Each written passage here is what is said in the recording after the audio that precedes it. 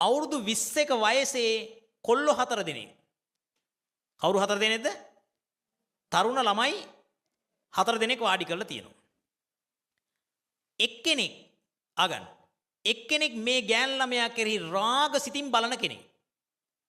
තව කෙනෙක් මේ ගෑන් ළමයා කෙරෙහි ද්වේෂයෙන් බලන කෙනෙක්, තරහ කෙනෙක්. අනිත් එක්කෙනා රාගයෙන් බලනවා. තුන්වෙනි එක්කෙනා විදර්ශනා කරනවා. හතරවෙනි එක්කෙනා රහතන් වහන්සේ නමක්. ඔන්න දැන් කියන බාන 4 දෙනා. තරුණයෝ 4 දෙනෙක් ඉන්නවා. එක්කෙනෙක් රාගයෙන් බලනවා. තව එක්කෙනෙක් ද්වේෂයෙන් බලනවා. තුන්වෙනි එක්කෙනා විදර්ශනාවෙන් බලනවා. හතරවෙනි එක්කෙනා රහතන් වහන්සේ නමක්.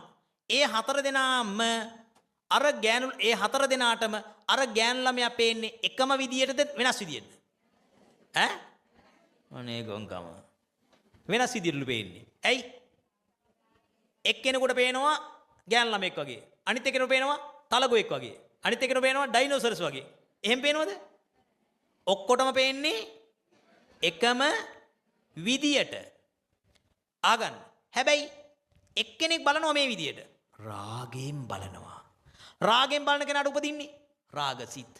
තව එක්කෙනෙක් ද්වේෂයෙන් බලනවා. ද්වේෂයෙන් බලනකොට පේන්නේ එයාට උපදින්නේ ද්වේෂසිත. තව එක්කෙනෙක් නාම රූප වශයෙන් විදර්ශනා කරනවා. මෙයාගේ ඇඟ කියලා කියන්නේ රූප ටිකක් ඒව උපදින්නේ කබලින්කාර ආහාරයෙන් විදර්ශනා කරනකොට මොකද වෙන්නේ? විදර්ශනා මහා කුසල චිත්ත පරම්පරාවක් උපදිනවා. විදර්ශනා මහා කුසල සිත්. තව කෙනෙක් බලනවා රහතන් වහන්සේ කෙනෙක්. අවුරුදු 20යි. රහතන් වහන්සේට උපදින්නේ මොනවද? ක්‍රියාසිත. දැන් කියලා බලන්න.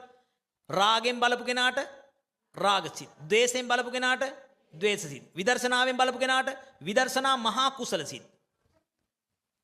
රහතන් වහන්සේට ක්‍රියාසිත. දැන් 4 දෙනාටම ඉපදුනේ එකක්ද? නෑ. ඒ කියන්නේ කෙනකෙනා බලන විදියට තමයි කෙනකෙනාට සිත් උපදින්නේ. එහෙනම් දැන් තේරුණාද කියන එක?